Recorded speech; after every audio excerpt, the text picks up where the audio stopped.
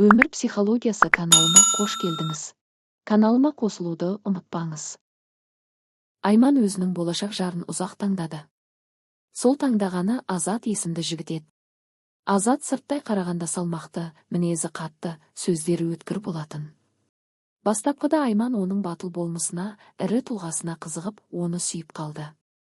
Азат та қызды өзіне тарту үшін жылы сөздерін аямай, бірден тұрмыс құруға ұсыныс жасады. Жас жүрегіне сүйінген Айман ата-анасының қарсы болғанына қарамай, Азатқа тұрмысқа шықты.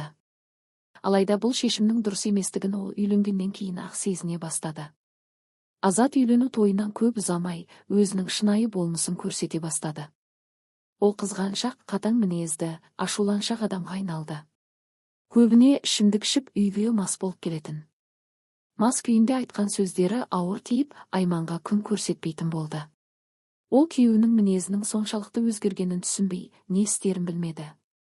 Сөйлеуге де өз құқын қорғауға да батылы жетпеді. Ол өзгерер, бәрі бұрынғыдай жақсы болады деген үмітпен өмірін жалғастыра берді.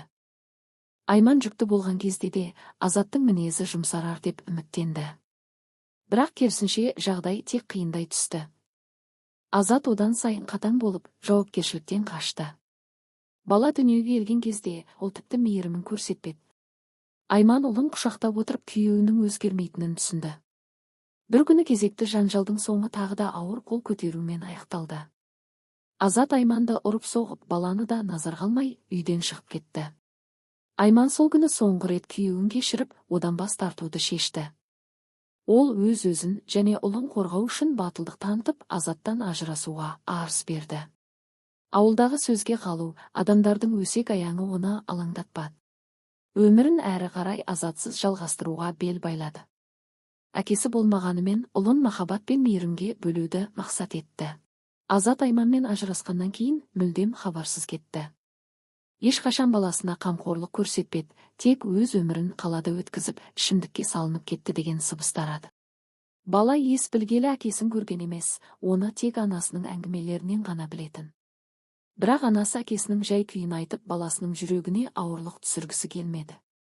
Ол үшін ең бастысы баласының бақытты болуы еді.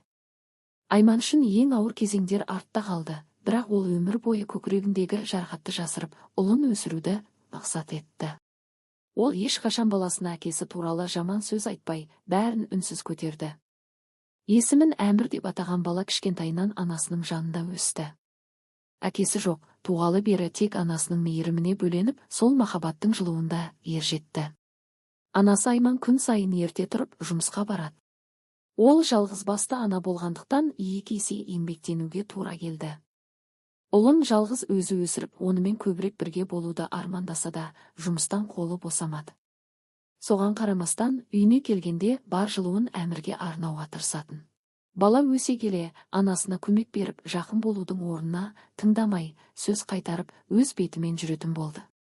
Оған үлкен қаладағы тіршілік қызық бола бастады. Ол 16 жасқа толғанда, достарының айтуымен қала өмірінің жарқ-жұрқ еткен бетпердесіне қызығып, ауылдағы қарапайым тіршіліктен жалға бастады. Анасын күнде көргенімен, оның қамқорлығын енді аз сезіне бастады. Баланың көңіліне анасының үнемі шаршап, қажыған бейнесі ғана көрінетін. Ол анасының тынымсыз еңбегі, ұйқысыз түндері туралы ойламай, тек өзіне ұнамаған жақтарын ғана байқады. Күндердің күнінде Әмір анасынан рұқсат алмай, қаланы бетке алды. Ол өзін нағыз ер азамат санап, қалада жаңа өмір бастағысы келді. Анасымен қоштасар сәтте неше түрлі ауыр сөздер айтып, оның жүрегін жаралады. Сен маған өмірімді жақсы өткізуге мүмкіндік жасамадың, менің болашағым сенің кедей тірлігінде емес деп айқайлап, үйден шығып кетті. Айман баласынан бұндай айыптауды күтпеген еді. Ол есіктің алдында көз жасына ерік беріп, әлсіреп отырып қалды. Менің балам осылай айтуға қалай дәті барды? Мен оны қалай ғана осындай қылып өсірдім деген ойлар ана жүрегін ауыртып қинай берді. Әмір кеткеннен кейін Айман екі бүктеліп үнсіз қалды. Бірнеше күн өтті, ал оның жүрегіндегі сағыныш пен өкініш қысыла бастады. Баласының аман-сау жүргенін біліп қана қою оған арман болды, жүрегі бір сәтке тынышталатын еді. Айман үшін ауыр күндер бірінен соң бірі өтіп жатты. Ал қалада Әмір анасын мүлде есінен шығарды. Басқа әлемге тап болғандай болды. Бастапқыда бәрі жақсы көрінгенімен, көп ұзамай өмірдің шындығы тым қиын екенін түсінді. Достарының уәдесі жалған болып шықты. Жұмыс табу оңай болмады, ал өмір сүру одан да қиын болды. Ол көшелерде қаңғырып қайыр сұрауға дейін жетті. Түнімен ұйқысыз қалып аяғының астына қараса да өзіне жол таба алмады. Арада бірнеше ай өтті. Ол анасына қоңырау шалғысы келсе де, қырсықтыға жібермеді. Анасы оның ауыр сөздерін ұмытып, бәрін кешіреді деп ойласа да, оның алдынан шыға алмады. Бірақ күндердің бір күнде амалы таусылып, жағдайы тым нашарлағаны жанына батып, Әмір ауылға қайта оралуды шешті. Әмір ауылына келгенде үйдің қақпасына ақырын ғана қақты.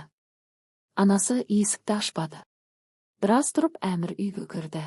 Анасы төсек тартып жатып қалған еді. Тықырды естіп басын көтеріп еді, көз алдында тұрмыстан шаршаған, жүдеп кеткен баласын көрді. Ол баласының есіктен қарап тұрғанын көріп жылап жіберді.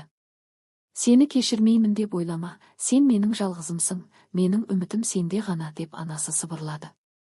Әмір өзін әлемдегі ең аяулы анасына қайта қауышқандай сезінді. Осы сәтте Әмірдің жүрегі сыздаса да, анасының жылы құшағында барлық уайымы басылып, кешірім сұрауға тілі келмей қалды. Анасының махаббаты оған ешбір сөзсіз бәрін түсіндірді. Мотивацияға толы видеоларды жоғалтып алмау үшін каналыма қосылуды ұмытпаңыз. Рахмет.